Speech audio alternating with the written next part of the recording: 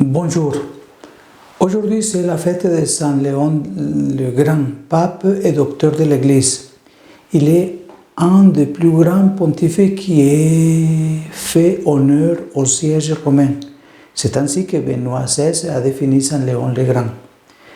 Ayant vécu au 5e siècle, ce pape est passé dans l'histoire pour avoir inspiré le concile œcuménique de Chalcédonie et arrêté Attile, chef de Huns, prêt à envahir l'Italie. Aujourd'hui, le monde a également besoin de l'aide de l'Église dans les guerres qui existent aujourd'hui. Prions donc pour que tous les systèmes diplomatiques du Vatican parviennent à des accords qui conduisent au dialogue et à la compréhension entre les peuples, comme Saint Léon le Grand l'a réalisé avec Attila.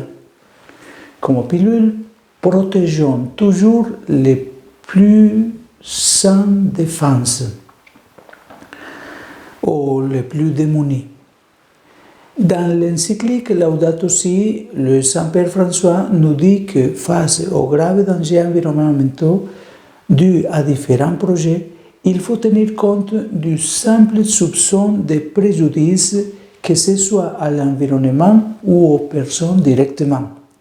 C'est ainsi que les personnes et les villes disposant de moins de ressources sont protégées.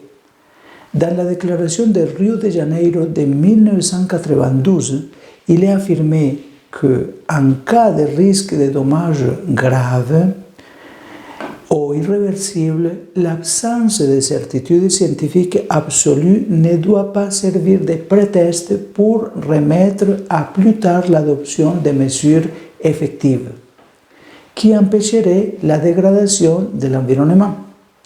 Ce principe qui a fait déjà jurisprudence, et c'est un principe de précaution, permet la protection des plus faibles, qui disposent de peu de moyens pour se défendre et pour apporter des preuves irréfutables.